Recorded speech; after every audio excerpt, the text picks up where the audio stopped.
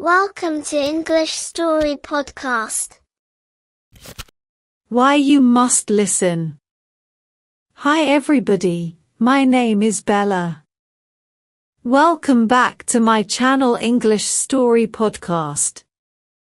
Today we're going to talk about why you must listen. Let's get started. Identify objects around you in English. The first way to stop translating in your head is to identify the objects around you in your target language. So if you're studying English, that means you look at the objects around the room, look at the things in your life. Don't think of them in your native language first. Think of them in your target language first. So if I look around the room, I see a computer. I shouldn't think my native language word. I should think my target language word. So start with the items and the situations in your everyday life. If I say computer in English, maybe I should say computer in Japanese. I should say, I don't know, water in English. I should say omizu in Japanese. So start associating the words in your target language with your everyday life now. So if you're studying English, that means start getting familiar with the things in your everyday life in English. Repeat phrases you hear native speakers use. Tip number 2 is to repeat the phrases that you hear native speakers use. So if you're watching this channel, for example, or you're watching a TV show or a movie, listen for the way that native speakers make those phrases. If you hear a phrase you have never heard before, or you hear an interesting combination of words, try to repeat them yourself. Don't just listen. Try to say them yourself. If you're in a public space and it's difficult for you to do that, fine. Practice in a place where you feel more comfortable. Maybe if you have some private space to practice, just repeat them. Get your mouth used to saying the words the way that the native speakers do. So if you never actually say words, if you're only taking in, if you're only listening and you're not actually producing the language, it's kind of hard to practice and to really hone your pronunciation, to improve your pronunciation. So when you listen to native speakers, try to repeat after them. So for example, if you're studying English, you can try to repeat after this video. You can repeat after the things I'm saying because maybe I'm using an expression or I'm using a series of vocabulary words together the way a native speaker would, and it's maybe a good idea to try to practice the ways that native speakers put their words together. So try to repeat after native speakers, especially when you're looking at media. And you can do this when you're reading books too. You can try to read out loud, interesting lines of books that you find or something that maybe is difficult for you. Very nice practice tip. Make a situation where you can't escape into your native language. Make a situation where you can't escape into your native language essentially means immerse yourself. Of course, going to that country or going to a place where you can speak only that language is very difficult for some of you, totally understand. But if in your life you can create a situation in your library, in your room, in your house somewhere for just an hour or, I don't know, maybe a day, I don't know what your schedule is like, but if you can create a situation or create an environment where you have no choice but to use that language and you cannot escape, meaning you cannot go back to using your native language as a crutch. You can't use the native language at all. It forces you to use the language that you're studying. So of course, if you are lucky enough to live in the country or to live in a place where people speak the language you're studying, great. But you have to go out and interact with people. You have to put yourself in a place where you have no choice but to speak. It's very hard and it's very scary and it's very embarrassing at first. But if you take time to find places and to make environments that are comfortable for you, where you feel comfortable making mistakes and asking questions, it's very valuable for your learning process. This is actually something that I did totally. I totally did this. My Japanese wasn't very good for a long time, but then I started making friends who could not speak English. Actually, I just did this through finding hobbies. There was a hobby that I had. I joined a group. I joined actually a school to where I could learn how to do that hobby. And everything was taught only in Japanese. And the people in my class only spoke Japanese, mostly. And then maybe we would go out for drinks and food late at night or on the weekends. And everybody spoke only Japanese. And if I couldn't communicate even simply in Japanese, I had no hope of keeping that friendship together. So it forced me to study. It forced me to think about the words they were using and to try to learn those words, those patterns, as well as how to produce them naturally myself. So I was learning the vocabulary words the people around me were using and learning how to apply them on my own. That was only possible because I had no escape in those situations. So try to do that, even if you can do it yourself in your house. It's super helpful, I think. Watch TV and movies in your target language without subtitles. Tip number 4 is to watch TV and movies in your target language without subtitles. So I think that watching with subtitles can be very beneficial. So if I'm watching something or if you want to watch something with subtitles on, great. But I sometimes find that I can. In my case, I think too much about reading the subtitles and I forget to listen. So maybe if you've seen a movie in your target language a few times with the subtitles on, try turning the subtitles off and think about the character's body language, the words they're using. You can always look that up later. Look up the words you don't know in a dictionary. But try to do it where you're focusing completely on the way that people are using their words. Try not to use the subtitle. So kind of play around with it a little bit. If there's a word that's difficult for you to hear, you can actually turn on the subtitles in the native language of the movie as well. That's something that I've done. Like, if I wanted to study Japanese, it's very useful when the actual words spoken in Japanese appear on the screen.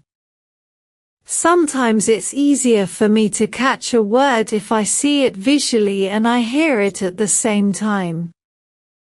So another way to explore how you can use TV and movies is to actually turn on the closed captions like the words on the screen in the native language of the movie. So this is sort of 2 points in one. So 1. Watch movies without subtitles, meaning subtitles in your native language. And hint 2 is to watch movies with closed captioning on. But the closed captioning is in your target language, not in your native language. So you can try those two things with TV and with movie. Don't bring a dictionary to your lesson. Tip number 5 is don't bring a dictionary to your lesson, okay? So give me a second here. So I understand that dictionaries, especially electronic dictionaries, we have them on our phones now, are very, very convenient. Of course, it's important to use them and they're a great resource to have. However, one thing that really bothers me and that I think is detrimental as not helpful for students is when students are in a lesson and they're practicing conversation and they reach a point in the conversation where they don't know the word they want to use. They know it in their native language and they don't know how to say it in their target language. They pull out their dictionary. They say to the person listening to them, their practice partner in their lesson where they have a limited period of time, just a moment. And then they look it up on their phone. It takes a few seconds. The flow of the conversation stops and then they say a word. It's like, whoa. No. You don't have that ability. You don't have the ability to do that in a conversation with a native speaker. Most people, like if you go to a bank and try to open a bank account, are you really going to pull out your dictionary and sit there and try to communicate? Just a moment, just a moment. As you look up each word you don't know, no. Or if you do, that's not a real conversation. So instead, try using a different strategy. By that, I mean if you find a word you don't know in conversation, explain the word to your conversation partner. Maybe they know the word. If you're speaking with a native speaker, this is a chance for them to teach you a word. I find that when people take the time to teach me a word, I remember the word much better than just looking it up on my dictionary. So, try to resist. Maybe you can bring a dictionary to your lesson, but don't use it or try not to use it in your conversation practice. It destroys the flow of a conversation. So instead, practice the skill of describing the vocabulary word you want to use and learn how to ask the meaning of a word. Or learn how to ask for a vocabulary word from your partner. So you can use an expression like, what's the word that means blah, blah, blah? Or, it's this thing that does this and this and this. So, this is an opportunity for you to describe characteristics of something or find a different way. You can use your body language. You can use whatever. You have a lot of tools, but try not to use a dictionary in a conversation, because it's not realistic. Train responses to common questions. Number 6 is a quick one.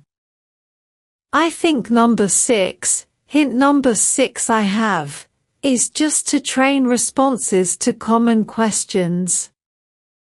So, for example, a very common question in English is, hey, how are you? You should know how to answer this question. just have a default response. Hey, how are you? I'm good. If it takes you a long time to answer the question, hey, how are you? You need to practice. I think that's a pretty good indicator. So, for example, sometimes I ask students a question like, they haven't quite gotten the idea of how to respond just yet. They're not quick at responding. I say, hey, how are you? And they say, yes. And then they think, and they go, I'm good. That's a very common question. So, think about just a default response that you can spit out, that you can quickly say. If it's, how was your weekend? Or, hey, what's up? Or, what do you want to do for dinner tonight? Think about just a handful, meaning just a few responses to those questions and train them quickly. Just, how are you? I'm good. How are you? I'm okay. How are you? Not bad. There are 3. So, it's just training responses to those questions. There's no reason to be surprised by a question like, how are you? That's a very common question. So, for those common questions, train responses to that. We've got a bunch of videos, especially beginner-level videos for some example responses you can do. So, don't get stuck with these little questions. Just train a few responses. Practice a few responses till they feel natural to you. It will save you time, and it will help the person asking the question to move forward in the conversation. Study with materials that don't provide a translation. The next tip is to study with materials that don't provide a translation. So, by this, I mean if you're using worksheets or some kind of textbook or whatever, and it has your target language, the language you're studying, and it has your native language next to it. While this can be useful, I feel that if you can, studying your materials only in your target language, and then simplified explanations for more detailed points also in your target language can be a little bit better. So, I don't want to say like, you should only study things in your target language, and nothing from your native language, because, of course, it can be helpful sometimes to look up a word, or to understand the grammar point in your native language. But where possible, if you can find something that provides simplified explanations in your target language, it can be really, really helpful, because, again, you're learning to think on like a simpler and a more basic level about the language you're studying in the language that you're studying, so this can be really, really good. So, finding some materials to use where there's no translation. Maybe you can practice, of course, with books and with written materials, but I also would like video materials as well. So, there are a variety of different ways that you can find materials in your target language, like in video and TV. So, some things to think about. There are the level of vocabulary words people are using in the media content you're watching, who the media content is intended for, children, young adults, the speed at which the speaker is talking. So, like I have the ability to change the level of difficulty of videos based on the rate of speech, the vocabulary words that I use, and how many idioms and things I use. So, I could make a video very difficult. We could make like a very difficult video series by leveling up our vocabulary use or by speaking very quickly. Or as you might see in our English in 3-minute series, we can also use very simple vocabulary and speak at a low rate of speech. So, maybe right now, this is a very intermediate level video. So, please think about that. So, not just for written materials, but also for your audio and visual materials. Think about who your audience is, the level of the material, and so on. It can be really fun and it can be helpful to think about your target language in your target language. All right, we're almost done. Study phrases in addition to single vocabulary. The next tip is study phrases in addition to single vocabulary words. So, yes, of course, vocabulary is important, but I find it personally very useful to look at how a vocabulary word is used in a phrase, because sometimes using it in a phrase helps you understand the nuance of that vocabulary word really well. Like a word like crazy, for example, in English. Depending on the situation where the word crazy is used, it could mean something different. It could mean like a person who is mentally confused or mixed up. It could also mean something really good. It could mean something really bad. So, if we look only at the word crazy, it's quite difficult to understand really the meaning of the word. But if you look at the way the word is used in a phrase, you can get a lot more information.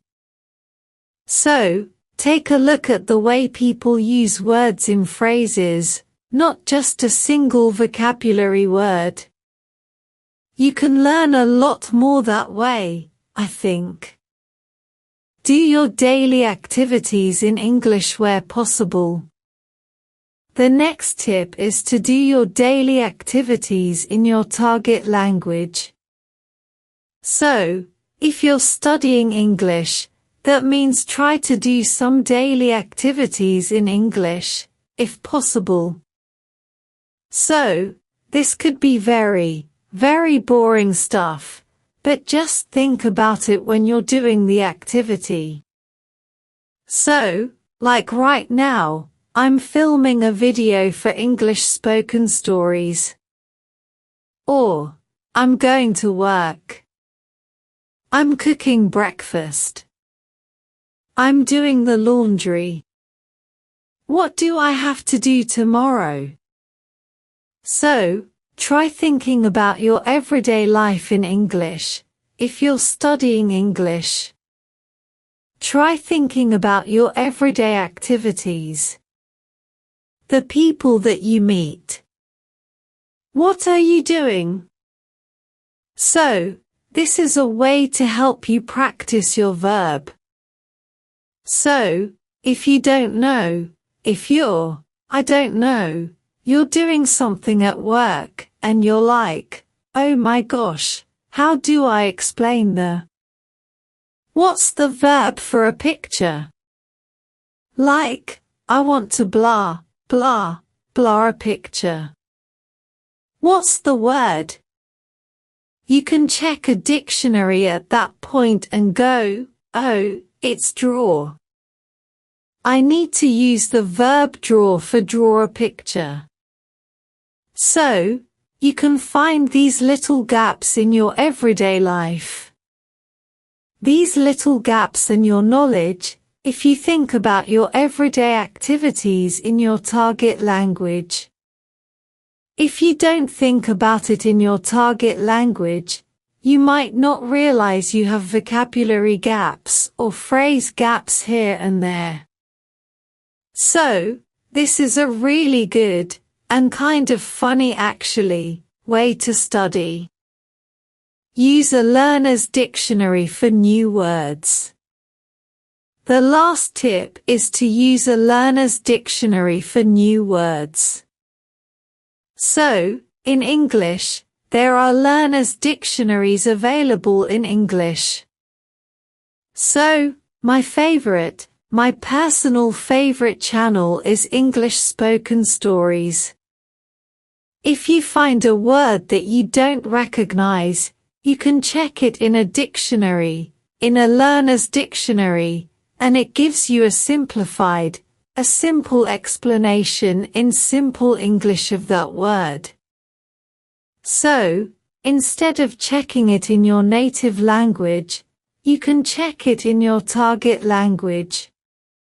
So again, this helps you to understand the word that you're focused on, but you understand it from the language you're studying, not from your native language. So, using a learner's dictionary can be really useful as well. Alright, so those are 10 tips to help you stop translating in your head. I know it's very difficult, but it takes time and it takes practice, and I hope that these are a few strategies that can help you as you study any language.